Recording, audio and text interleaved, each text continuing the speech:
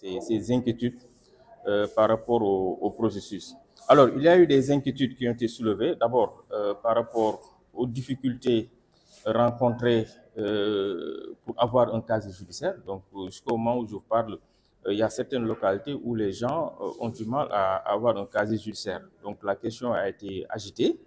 Et les acteurs avaient même proposé à ce que, certains acteurs ont proposé aujourd'hui qu'on élimine le casier judiciaire, en tout cas pour les réclamer après l'élection des 165 députés. Parce qu'ils ont trouvé que ça n'a pas de sens de demander à tous les candidats des casiers judiciaires alors que au finish, on n'aura que 165 députés. Mais bon, cela n'a pas fait l'objet de consensus.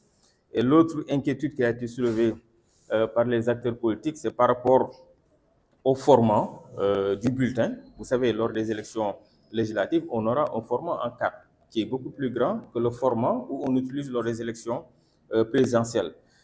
Donc, c'était pour juste essayer de faciliter l'impression des bulletins, mais également amoindrir le coût. Mais là également, on n'a pas eu de consensus. Le principal consensus qu'on a eu aujourd'hui, qui est salutaire, c'est par rapport au prolongement du délai de dépôt. Vous savez, le dépôt, la date limite, c'est demain, dimanche, à minuit, ce qui est très serré. Donc, cette préoccupation a été soulevée. Donc, les gens ont demandé de prolonger le délai de dépôt de 112 heures à une semaine.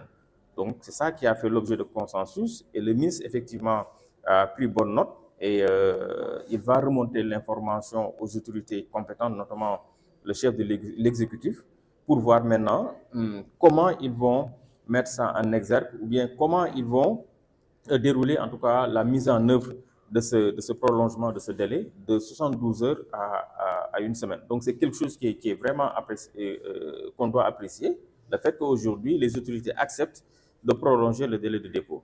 Et l'autre point qui a fait l'objet de consensus, c'est la mise en place d'un cadre permanent de dialogue entre les acteurs politiques. Et là, je pense que c'est quelque chose également qu'il faut apprécier. Donc, je pense qu'il faudrait qu'aujourd'hui que les acteurs politiques aient un cadre où ils pourront se retrouver, pour discuter et échanger sur les questions qui intéressent les Sénégalais. Donc, principalement, je pense que c'est ça qu'il faut retenir de cette rencontre entre les acteurs politiques et le ministère de l'Intérieur.